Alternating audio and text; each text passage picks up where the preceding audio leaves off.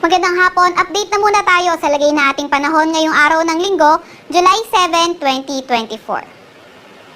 Sa kasalukuyan nga ay itong Intertropical Convergence Zone o ITCZ. Ito yung salubungan ng hangin galing Northern at Southern Hemisphere. Currently ito ay nakakaapekto sa may Palawan, pati na rin sa may Mindanao. Kaya asahan nga natin yung maulap na papawirin at mga kalat-kalat na pag-ulan, pagkidlat, pagkulog sa may Palawan area, Zamboanga Peninsula, pati na rin sa may Basilan, Sulu at Tawi-Tawi. Kayo ating mga kababayan na inuulan ng mga nakaraang araw pa ay pinag-iingat nga natin sa mga banta ng pagbaha o pagguho ng lupa. Para naman dito, itong easterlies ay nakakaapekto sa may silangang bahagi ng Luzon or Southern Luzon at silangang bahagi rin ng Visayas. Para naman sa lagay ng panahon ng Metro Manila, at sa ating nalalabing bahagi ng bansa, partly cloudy to cloudy skies, may mga tsansa tayo ng mga localized thunderstorms.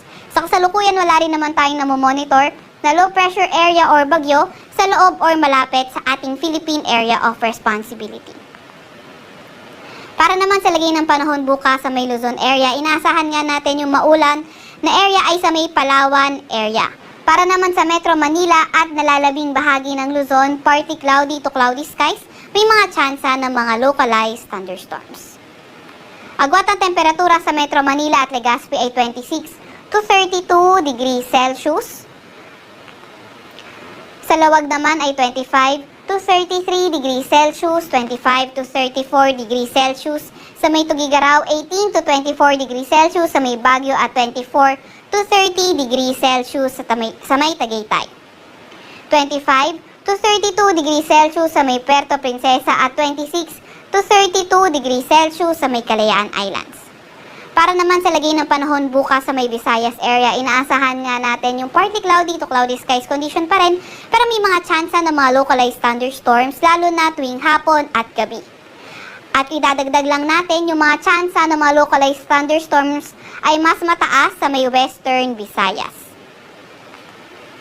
Para naman sa lagay ng panahon sa may Mindanao area, sa may Zamboanga Peninsula, kabilang na nga ang Basilan, Sulu at Tawi-Tawi. Asahan nga rin natin na yung Intertropical Convergence Zone magpapadala rin ng mga kalat-kalat na pag-ulan, pagkidlat, pagkulog sa areas na yan. At sa nalalabing bahagi naman ng Mindanao, partly cloudy to cloudy skies with chances pa rin ng mga localized thunderstorms. Agwat ng temperatura, bukas sa may Iloilo at Tacloban ay 26 to 32 degrees Celsius, 26 to 31 degrees Celsius sa may Cebu. Sa may Zamboanga ay 24 to 33 degrees Celsius, 24 to 32 degrees Celsius sa may Cagayan de Oro at 25 to 33 degrees Celsius sa may Davao.